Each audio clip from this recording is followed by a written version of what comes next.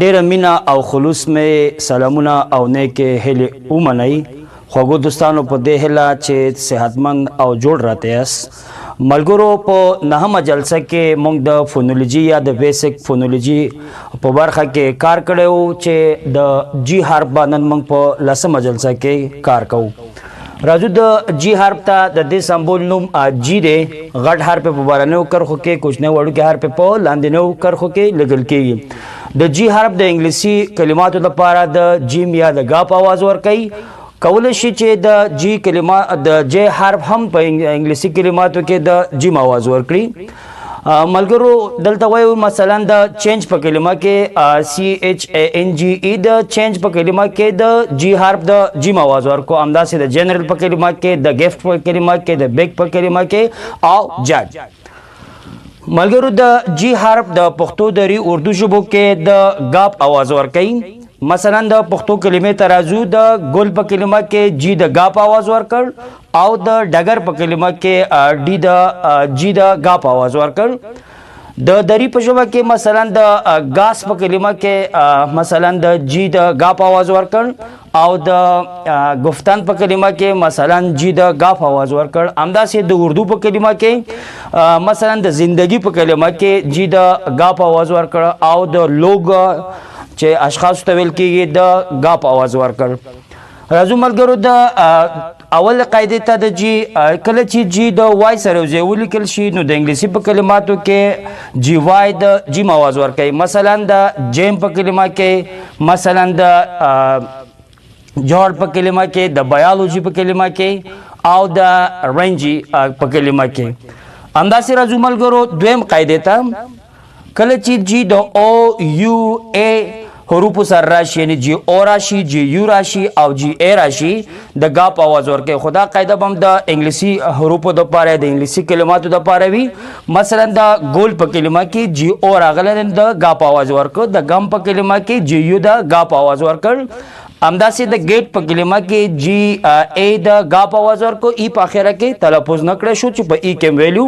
د ای په قاعدو کې ویلو راځو ملګرو درېمې قاعدې ته کله چې د جی حرف نه وروسته د ای ان حروف راشي آی ان حروف راشي یا د ای آر حروف راشي یعنی د جی نه وروسته د ای ان ترکیبات د آی ان ترکیبات او د ای آر ترکیبات راشي نو د انګلیسي کلمو کې به د جیم आवाज جوړي مثلا د جنټل په کلمه کې د جی نه وروسته ای ان راغله د جیم आवाज ورکړ د جنجر په کلمه کې د جی نه وروسته آی ان راغله د جیم आवाज ورکړ د جرم په کلمه کې د جی ا د جی نه وروسته ای آر راغله د جیم आवाज ورکړ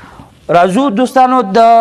جی حرف څلورمې قاعدې ته کله چې د جی حرف سره د ان حرف راشي نو په هغه وخت کې بعد د جی حرف نه تلفظ کیږي مثلا د ریزاین په کلمه کې کله چې د جی نه وروسته ان راغله د جی حرف نه تلفظ کیږي مثلا د جی ان ای ټی په کلمه کې د نټ تلفظ کیږي جی نه تلفظ کیږي یعنی په ګرافیم شکل په لیکنې بڼه لیکل کیږي خو تلفظ کیږي نه په فونم شکل بغاګ نه ور کوي مثلا د جی ان ای اس ایچ په کلمه کې ګورو چې ان ای اس ایچ تلفظ کیږي جی نه تلفظ کیږي ولې چې د جی نه وروسته ان راغله همداسې د ساين په کلمه کې ګورو د جی نه وروسته ان راغله نو دلته هم جی نه تلفظ کیږي ساين تلفظ کیږي د فارن په کلمه کې د جی نه وروسته ان راغله جیبا نه تلفظ کیږي پنځمه قاعده ته راځو ملګرو کله چې یا کچېره د جی حرف د ای کلمې په اخر کې راشي کچېره د جی حرف د ای په کلمې په اخر کې راشي او بل کوم قانون نوی وضع شوی نه مخکې کوم قانون ویل یا وروسته کوم قوانین راځي داسې کوم قانون نوی وضع شوی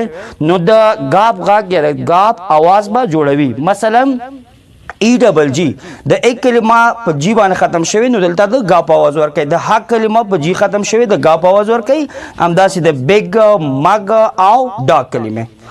راځو ملګرو وایو چې شپږم قاعده ته شپږم رول اصول ته راځو کله چې یو د انګلیسي کلمه کې جی ایچ راغلی وي او مخکې د جی ایچ نه د آی حرف راغلی وي یوازې د آی حرف نور واویل نه نو په هغه وخت کې دوستانو وایو چې د جی ایچ حروف به نه تلفظ کیږي مثلا د نایټ په کلمه کې جی ایچ راغلی مخکې د جی ایچ نه آی حرف راغلی نو دلته جی ایچ تلفظ نه کیږي فقط نایټ تلفظ کیږي مثلا د های په کلمه کې جی ایچ راغلی مخکې د جی ایچ نه آی حرف راغلی نو د وخت کې د جی ایچ حرف نه تلفظ کیږي مثلا د فایټ په کلمه کې جی ایچ راغله مخکې ته نه آی راغله جی ایچ نه تلفظ کې همداسې برایټ کلمه کې او نور بیرازو ملګرو ومې قاعدې ته کله چې جی ایچ راغلی یو مخکې د جی ایچ نه د آی حرف راغلی وي نو په دې وخت کې چې کله جی ایچ د کلمې په اخره کې وي نو جی ایچ به د ف آواز ورکوي مثلا د لاف کلمه کې د کاف کلمه کې د اناف کلمه کې د راف کلمه کې او داسې نور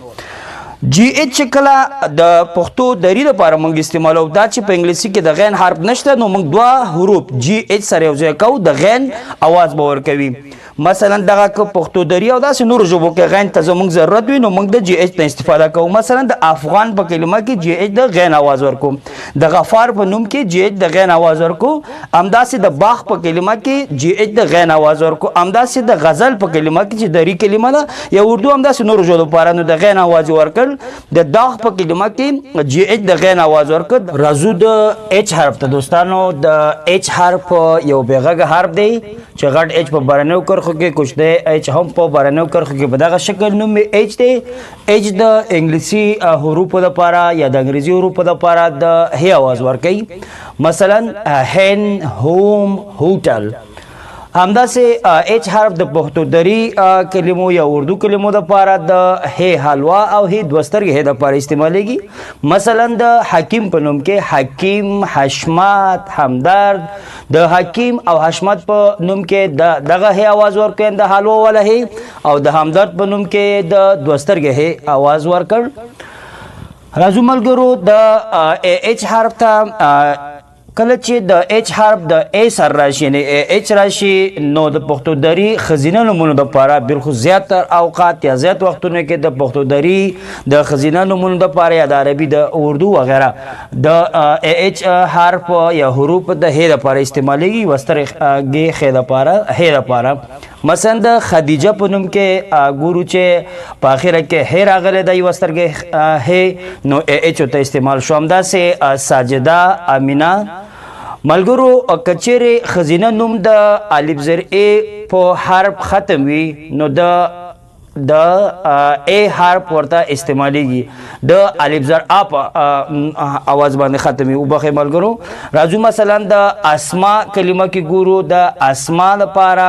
په اخره کې ګوره الف زر ا غږ راغلی دی نو ای استعمال شو همداسې زهرا ثنا راځو ملګرو د ایسنټ یو لهجه د ایچ حرف لپاره ګورو چې کله د ایچ حرف نه وروسته واویل راشي په هغه وخت کې یو ایسنټ یو لهجه ده نو د ایچ حرف کو تلفظ کوو هم صحیح ده کو نه تلفظ کوو هم کوم مشکل نشته خو محلي لهجه ده مثلا د هاور په کلمه کې آور یا هاور هانس آنست هیټ ایټ بل قاعده ته راځو ملګرو د ایچ حرف د نورو حروفو سره یو ځای کېږي ترکیبي غږونه جوړوي هغه غږونه چې د پښتو دری اردو او داسې نور دي چې په انګلیسي ژبه کې نشته نو د هغې لپاره دوه یا درې حروف یو ځای کېږي چې هغه یو نوی غږ جوړوي د هغې ژبې لپاره مثلا سی ایچ ډي ایچ جي ایچ کې ایچ پی ایچ اس ایچ ټي ایچ زد ایچ او داسې نور راځو ملګرو د آی حرف ته آی یو غږیز صدادار یا غږ لرونکی حرف دی چې غټ آی په برنیو کرښو کې کوچنی آی په منځنیو دوه کرښو کې دغه د آی حرف د پاسه چې کومه نقطه ده د سوپر سکرپټ ډاټ په نوم باندې یادېږي د انګلیسي دپاره د آی اواز جوړوي چې دا اوچت اواز دی مثلا فایند کایند چایلډ های او د آی حرف د انګلیسي کلماتو دپاره د ای یعنی ټیټ اواز هم جوړیل مثلا فیټ سیټ سیټي رنګ ملګرو د آی حرف د پښتو دری کلمو دپاره اردو کلمو دپاره د ای غږ جوړی مثلا د انعام په نوم کې الف زر ای غږ جوړ شو د احسان په نوم کې د الهه په نوم کې د الهام اکرام او ویلو شو ملګرو چې د آی په ځای باندې ای حرف هم لیکلی شو د آی حرف د پښتو دری کلمو دپاره د عین زرعی اواز هم جوړی د عین سره زیر اواز جوړی مثلا عرفان عباد عزت ملګرو ستاسو د تشویق دپاره یو څه موضوع وړاندې کوم وایي چې a seed grows with no sound یو تخم یو زړی یو خسته چې غټیږي غږ نه لري but a tree falls with huge noise خو کله چې بیا ونه غورځېږي یو غټ اواز کوي destruction has noise تباهي بربادي غږ لري but creation is quiet بلکې ایجادېدل ترقی کول په مخکې تک دا خاموش وي. This is the power of silence دا د خاموشۍ طاقت او قوت دی. Work silently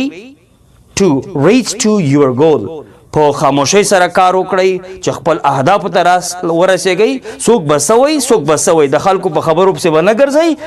Learn more to know that you don't know. ډېره زده کړه وکړئ، ډېره مطالعه وکړئ چې په دې پوه شئ چې زه نه پوهېږم. هېڅکله داسې مه وایئ چې زه پوهېږم. انسان همیش دپاره زده کړې ته ضرورت لري. په مخکې تګ دپاره به ته خپل ځان اپډیټ کړې او ته به په مخکې ځې.